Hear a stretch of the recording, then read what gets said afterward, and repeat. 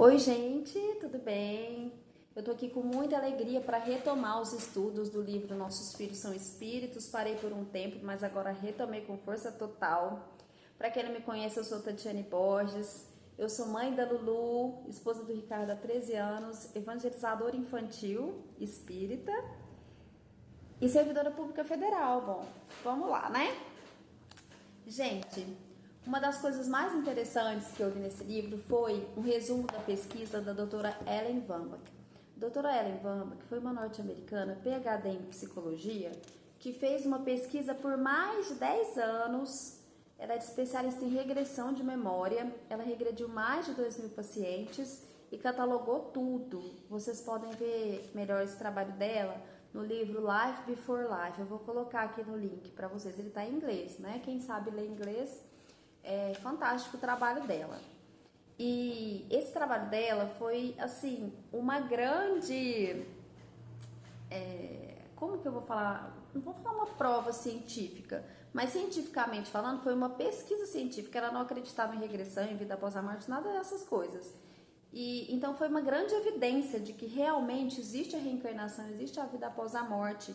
E que quando a gente recebe um filho, aquela consciência dele é uma consciência adulta, né? Então, se a gente for pensar em abortos, perdas, etc., apesar de ser um feto, né, pequenininho, umas células, né, que ainda estão em formação, já existe um espírito consciente, um espírito adulto ligado àquele corpinho físico que a gente forma no nosso ventre. E então essa pesquisa dela é muito importante por causa disso.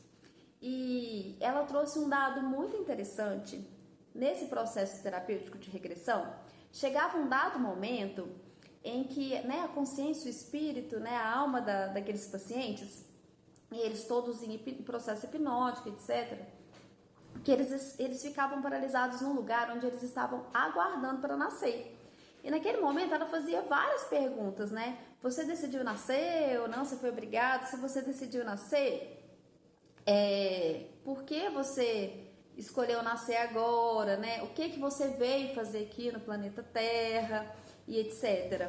E as respostas eram muito surpreendentes, né? Porque a gente busca muito missão, propósito de vida, e a maioria deles veio fazer coisas simples. E assim, uma das respostas que era mais comum é que aquele espírito estava nascendo para aprender a se relacionar, para aprender a amar sem exigência, para aprender a conviver. E aí me veio uma reflexão de quantas famílias a gente vê destruídas por problemas de convivência, né? Quantos divórcios, quantas famílias destruídas, quantas inimizades entre irmãos, pais e filhos, por problemas de convivência, por dificuldade de ceder, por dificuldade de comunicação. E é muito interessante isso, porque a gente busca muitas coisas externas, muitas realizações grandiosas, a gente busca sucesso profissional, mas em relação à vida familiar, a gente vai levando, né? A gente forma uma família sem estudar para aquilo. A gente vai criando os filhos, né? E a gente vai se relacionando com o cônjuge, a gente vai se relacionando com os pais, os irmãos, de qualquer jeito, sem aprender nada sobre o mecanismo dos relacionamentos, sem procurar melhorar os nossos mecanismos de comunicação. E todas essas questões que a gente busca de propósito, de missão de vida, de sucesso profissional, elas são todas passageiras, gente. Eu falo que é foi um grande amigo meu de Covid que dividia a mesa comigo lá no INSS, né? Uma família, uma esposa maravilhosa, filhos maravilhosos. E ele, no dia do sepultamento dele, né? Que na época do Covid não tinha velório, ele não tinha sido sepultado ainda e os processos dele já tinham ido para minha caixa, né? Os processos digitais já estavam todos na minha caixa. E eu fiquei muito chocada com aquilo, mas caiu uma ficha em mim. Porque na nossa profissão, em todas essas coisas, a gente é substituível. Se você tem um cargo assim, né, você é uma grande celebridade, você não vai ser substituído, mas você vai ser esquecido depois que for embora, né? Não vai ser mais aquele frisson, né? A não ser que seja uma coisa póstuma. Mas isso é muito irrelevante, a não ser que seja uma coisa social incrível que você deixe para o mundo.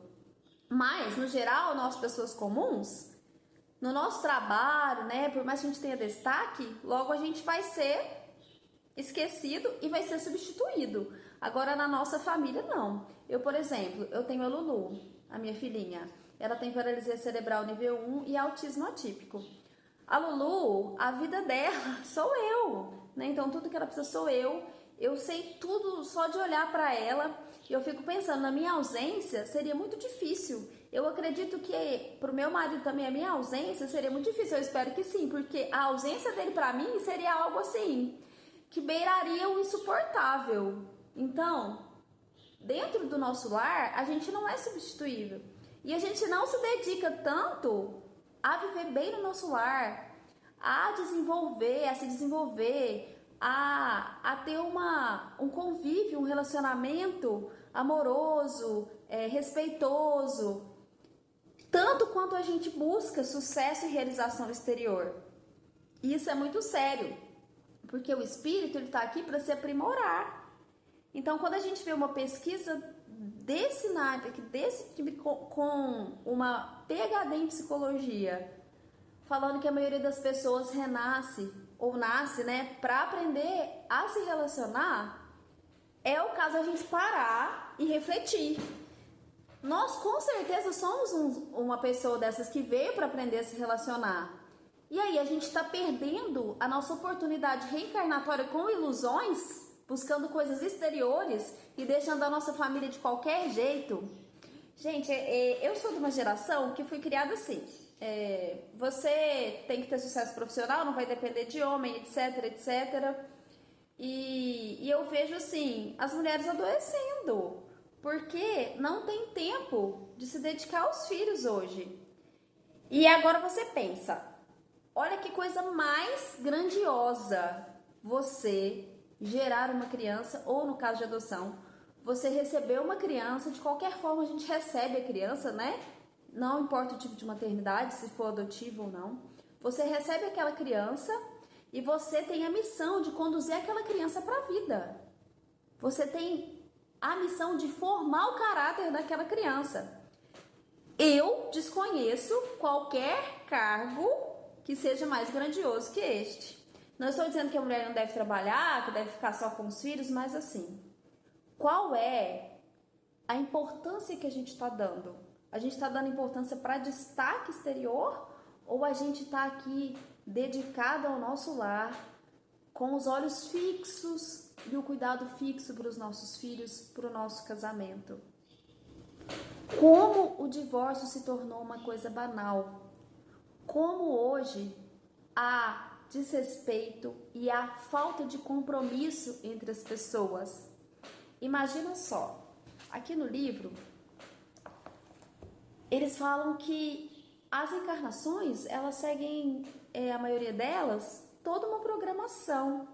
Imagina a dificuldade de juntar toda uma família numa época só, num lugar só, para nascerem juntos, depois de tantos desencontros em outras vidas, em outras dimensões.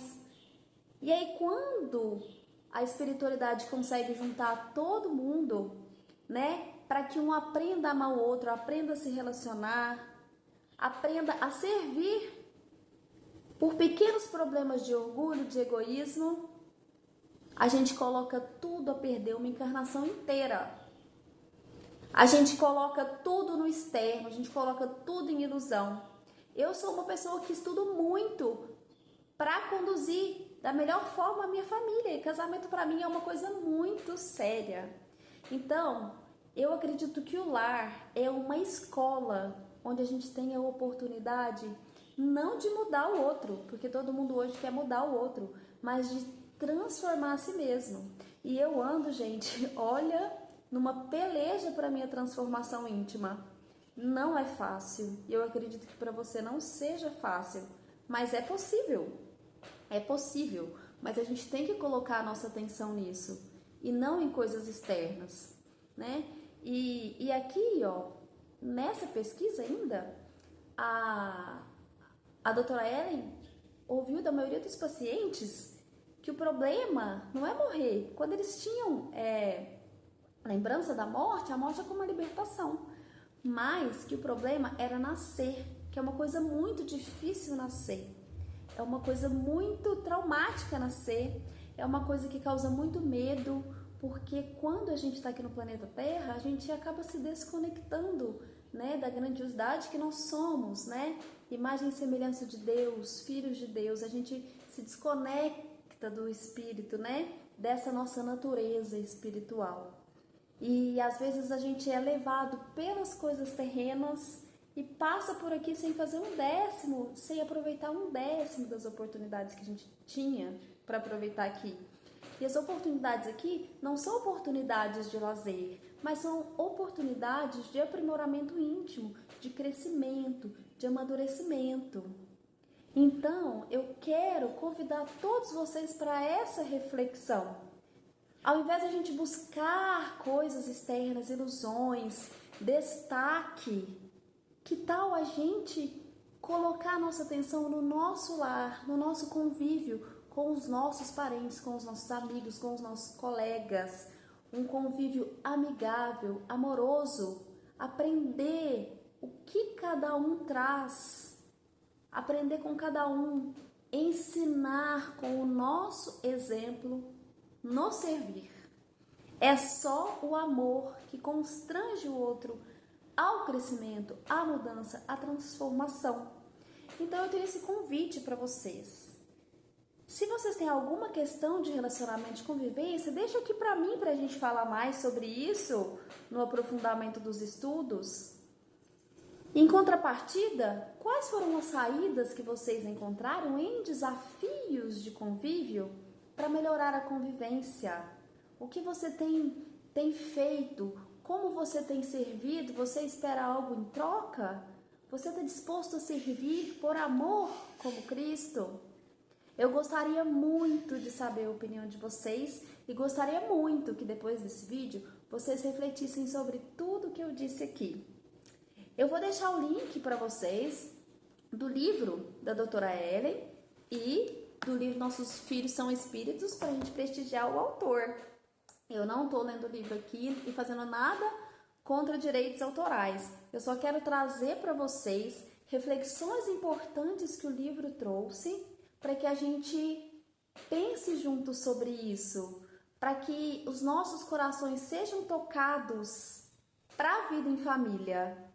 É isso que eu estou fazendo com esse estudo do livro aqui. Mas isso não significa que você não deve ler o livro, porque talvez você possa ter reflexões ainda muito mais profundas que as minhas. E eu vou adorar que você coloque aqui para a gente compartilhar. Bom, o estudo de hoje foi isso.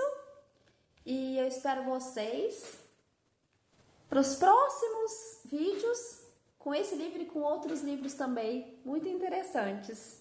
Um abraço e até a próxima!